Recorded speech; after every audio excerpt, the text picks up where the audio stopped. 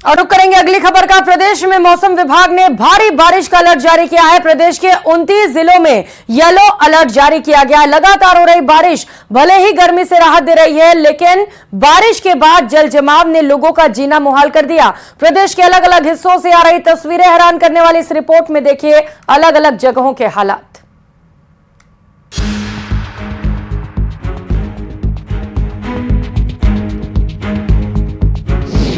प्रदेश के कई जिलों में बारिश का अलर्ट।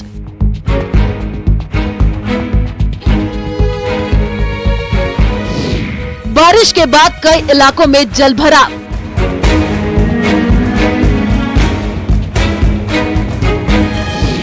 घरों में घुस रहा है बरसात का पानी।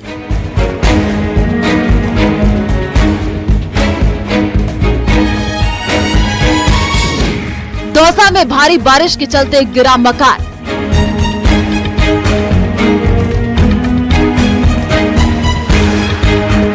प्रदेश के अलग अलग इलाकों से आ रही तस्वीरें परेशान करने वाली हैं। मॉनसून ने एक तरफ गर्मी से राहत दी है, वहीं रोजमर्रा के जीवन को मुश्किल कर दिया है।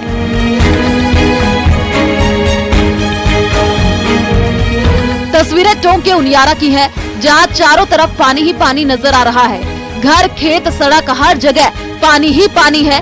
लोग बेबस हैं। मकानों में पानी भरने से जीवन मुश्किल हो गया है। आरोप नगर पालिका प्रशासन पर लग रहे हैं। वहीं दूसरी तरफ दौसा से भी डराने वाली तस्वीरें सामने आई है, जहां भारी बारिश के चलते एक मकान गिर गया। गनीमत ये रही कि जिस वक्त मकान गिरा उस वक्त मकान मालिक घर पर मौजूद नहीं था, जिसके चलते कोई जनहानि नहीं हुई। दौसा में पिछले 24 घंटे में जोरदार बारिश हुई है। कई घंटे तक मूसलाधार बारिश हुई है, जिससे निचले इलाके पूरी तरह लबालब हो चुके हैं। खेत खलियान बढ़ चुके हैं, सड़कें दरिया बन चुके हैं। हम तस्वीरें आपको दिखाना चाहेंगे। ये कलेक्ट्रेट का सूचना केंद्र का ऑफिस है, जिसके बगल की पूरी जो जगह है यहाँ पर पानी भरा हुआ है, और जितने भी ये पेड़ पौधे लगे हुए हैं, ये आधे पेड़ पौधे यहाँ पर डूब चुके हैं। ऐसे में इस तरह की तस्वीरें न केवल सूचना केंद्र के बाहर की हैं, बल्कि दौसा शहर की इसी तरह की तस्वीरें हैं, क्योंकि दौसा में पिछले 24 घंटे की बात करें तो 197 mm बारिश हुई है, यानी कुल मिलाकर करीब 8 इंच बारिश दौसा में दर्ज की गई है। राजस्थान के कई जिलों में भारी बारिश का अलर्ट है। मौसम विभाग की माने तो टोंक, सवाई माधोपुर, दौसा, अलवर, करौली और धौलपुर में तेज बारिश हो सकती है, जबकि चूरू, हनुमानगढ़ समेत जैसलमेर और बाड़मेर को छोड़कर बाकी जिलों में हल्की बारिश होगी। सवाई माधोपुर की बात करें तो यहाँ भी बारिश के बाद मौसम सुहाना हो गया है, लेकिन जलभराव की समस्या लोगों के लिए परेशानी का सबब बनी है। कोटा में भी करीब 1 घंटे हुई मूसलाधार बारिश ने लोगों को गर्मी से तो राहत दी, लेकिन यहाँ भी जल जमाव की परेशानी ने लोगों की मुसीबत को बढ़ा दिया है। कोटा और आसपास के इलाकों में शुरू हुई है मूसलाधार झमाझम बारिश।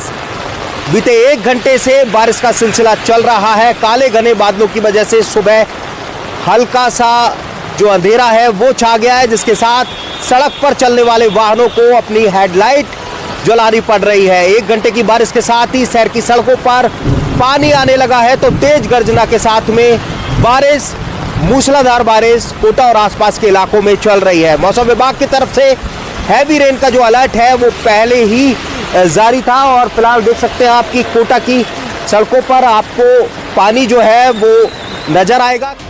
करौली में तो मूसलाधार बारिश के चलते सड़कें दरिया बन गई, पुलिया जो है वो बह गई। करणपुर में टोडा गांव से आगे मंडराल मार्ग पर पुलिया की सपोर्ट दीवार गिर गई। वार्ड नंबर 4 में पिछले साल जिला परिषद के पीछे राजपुर घाट तक बनाई गई सीसी रोड तेज बारिश में बह गई। वहीं अरौरा गांव के पास बरसाती नाले से मिट्टी का कटाव होने से 33 kV विद्युत पोल टूट गया। अलवर में भी लगातार हो रही बारिश के चलते नदी नाले उफान पर हैं। रूपारेल नदी का जलस्तर बढ़ रहा है। भारी बारिश के बाद लोगों को भारी परेशानियों का सामना करना पड़ रहा है। रूपारेल नदी है जो कि हमारे सरिस्का के पहाड़ों से निकलती है, आज वर्षा के कारण उफान पर है, और आप देख रहे हैं सैकड़ों की संख्या में जो राहगीर खड़े हैं। दोनों तरफ से यातायात बाधित हो गया है। पानी ज्यादा आ रहा है, दोनों तीनों बगल को ये साधन भी बंद हो रहा है। दुनिया ये जनता है जो परेशान हो रही है इसमें, और भी नहीं घड़ा भी नहीं तो इसको पक्का खुराबानी करे, जो पानी रुके जनता निकलती रहे। गंगापुर सिटी में भी हालात अच्छे नहीं हैं, यहाँ मूसलाधार बारिश से इलाके के लोगों को जबरदस्त परेशानियों का सामना करना पड़ रहा है। नाले का पानी घरों और दुकानों में भर गया, जिसके चलते लोगों का आना जाना मुश्किल हो रहा है। बहरहाल आने वाले दिनों में भी प्रदेश के अलग अलग जिलों में बारिश का अलर्ट है। ऐसे में एक तरफ जहां बारिश राहत बनकर के आ रही है, वहीं साथ ही साथ आफत भी ला रही है। Bureau report, news 18 Rajasthan. और रुक करेंगे इस वक्त की सबसे बड़ी खबर का। अगले महीने प्रदेश में छात्र संघ चुनाव हो सकते हैं। शिक्षा विभाग की ओर से इसे लेकर कैलेंडर जारी कर दिया गया है। जारी किए गए कैलेंडर में चुनाव होने का भी जिक्र है। छात्र संघ चुनाव को कैलेंडर में शामिल किया गया है और मामले में पहले भी कमेटी गठित की गई थी सरकार की तरफ से। अब सिर्फ तारीखों का ऐलान होना बाकी है। लवली हमारे साथ जुड़ चुके। लवली, उन सभी अभ्यर्थियों के लिए और जो अलग अलग लोग मांग कर रहे थे कि छात्र संघ चुनाव हो, सभी के लिए बड़ी राहत की खबर। देखिए, अभी इस बात का दावा नहीं किया जा सकता क्योंकि तारीख का ऐलान नहीं हुआ है। ये एकेडमिक कैलेंडर हर साल जारी होता है। इस बार एकेडमिक कैलेंडर जारी हुआ है और इसमें सरकार की अनुमति के बारे में लिखा गया है कि सरकार की अनुमति के बाद में जो है वो तारीखों का ऐलान जो है वो किया जाएगा। हालांकि अपने आप में विभाग खुद सरकार है और विभाग जो है वो उस पर डिपेंड करेगा कि वो अब जो कमेटी की रिपोर्ट आने वाले समय में आएगी उसके बाद में तारीखों का ऐलान कब करता है, कैसे करता है, कब तक करता है। तो इन तमाम चीजों का इंतजार करना होगा। लेकिन ये बात तय हो गई है इस कैलेंडर के बाद में कि राजस्थान में छात्र संघ के चुनाव केवल स्थगित हुए हैं, बंद नहीं किए गए हैं और चुनाव जो है वो एकेडमिक कैलेंडर के अंदर शामिल हैं। जी, और अब इस कैलेंडर के जारी होने के बाद लवली, निश्चित तौर पर सरकार के लिए जो मांग लगातार की जा रही है, सरकार से जो मांगे की जा रही हैं कि छात्र संघ चुनाव कराया जाए, वो मांग और भी ज्यादा तूल पकड़ेगा अब।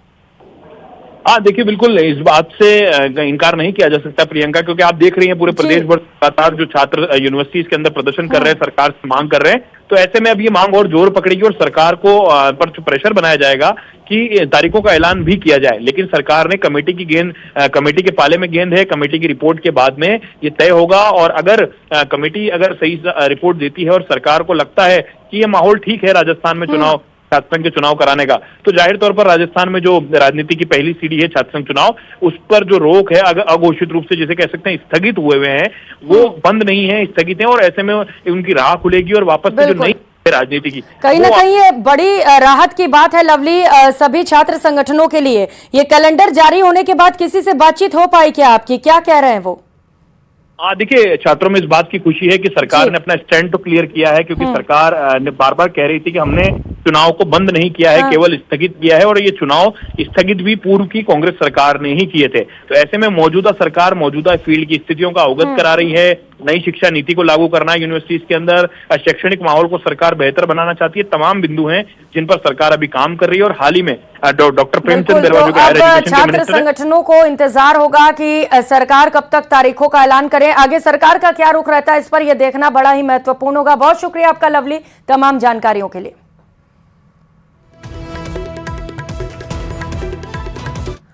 और खबरों में आगे बढ़ेंगे। चंद जिम्मेदार सरकार के जन कल्याणक के अभियान में पलीता लगाने में कोई कोर कसर नहीं छोड़ रहे हैं। ऐसी एक हैरान करने वाली रिपोर्ट राजसमंद से आई है।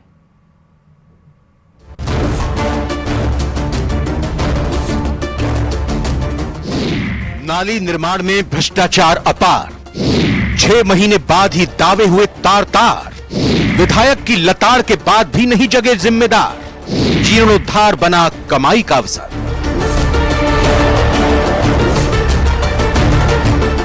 भ्रष्टाचार की नींव पर होने वाले निर्माण की हालत परेशान करने वाली होती है। जी हां, सरकारी निर्माण में किस तरह भ्रष्टाचार और लापरवाही बरती जाती है, इसका जीता जाता उदाहरण है राजसमंद नगर परिषद क्षेत्र के धोइंदा में हो रहा नाला निर्माण।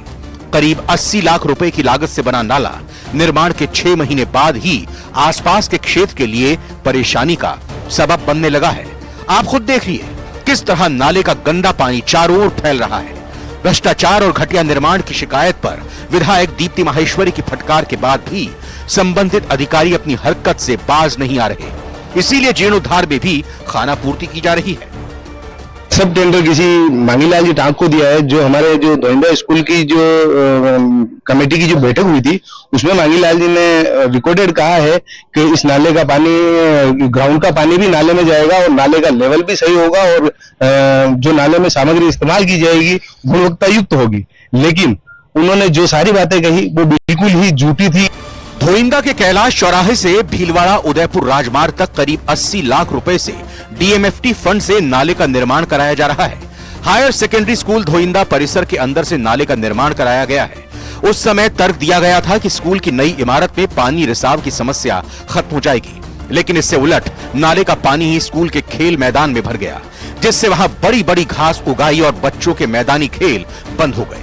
नाले के आसपास स्थित मकानों में नाले का गंदा पानी आने से मकानों में सीलन और पानी रिसाव की समस्या खड़ी हो गई है। ग्रामीणों का आरोप है कि घटिया सामग्री की वजह से कई जगह नाले की दीवार ही टेढ़ी हो चुकी है, जो कभी भी गिर सकती है। खुद कांग्रेस सरकार के पार्षद रहते हुए उन्होंने फायदा उठाया है और नाले में जितनी भी सामग्री इस्तेमाल की गई, घटिया इस्तेमाल की, एमएलए मैडम ने जब से उनको फटकार लगाई है अधिकारियों को, तो उसके बाद में ठेकेदार द्वारा लीपापोती का कार्यक्रम अभी चल रहा है। उधर स्कूल के प्रिंसिपल का कहना है कि एसएमसी की बैठक में ठेकेदार ने विश्वास दिलाया था कि स्कूल में जलभराव की समस्या नहीं होगी, लेकिन अब तो खेल मैदान ही तलाई बन गया है, जिससे बच्चों का खेल बंद हो गया है और उन पर बीमारियों का खतरा बढ़ गया है। नाले का निर्माण कराते समय लेवल का ध्यान रखा गया, फिर भी कहीं न कहीं लेवल अप होने की वजह से ग्राउंड का पानी बाहर नहीं निकल पा रहा है, इसलिए नाला मैदान के लिए समस्या बन गया।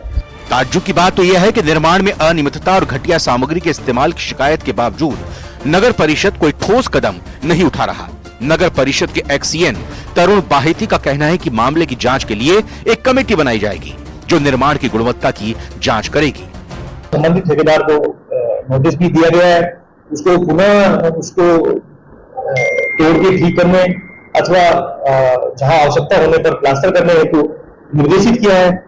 और इसमें एक जांच कमेटी भी माननीय वित्तीय गृह मैडम की अनुशंसा पर गठित की जानी है। उम्मीद कीजिए कि नगर परिषद का जांच का दावा सिर्फ आश्वासन तक सीमित नहीं होकर भ्रष्टाचारियों को उनके अंजाम तक पहुंचाएगा। न्यूज 18 राजस्थान के लिए राजसमंद से अल्केश सनाढे की रिपोर्ट।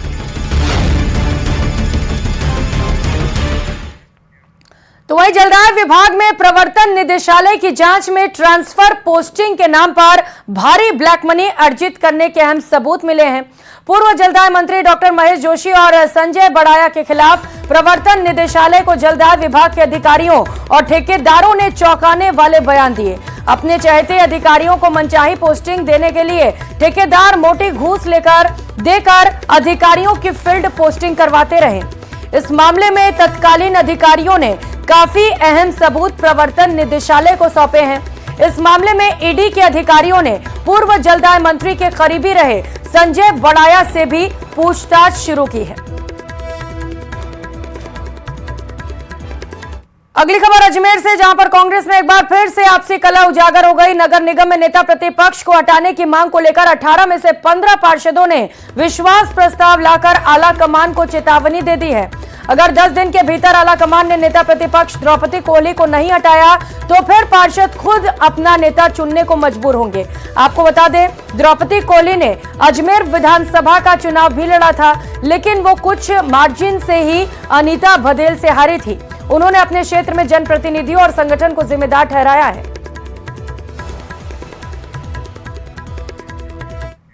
इस बुलेटिन में फिलहाल इतना ही। आगे देखिए 8 की फाइट। नमस्कार।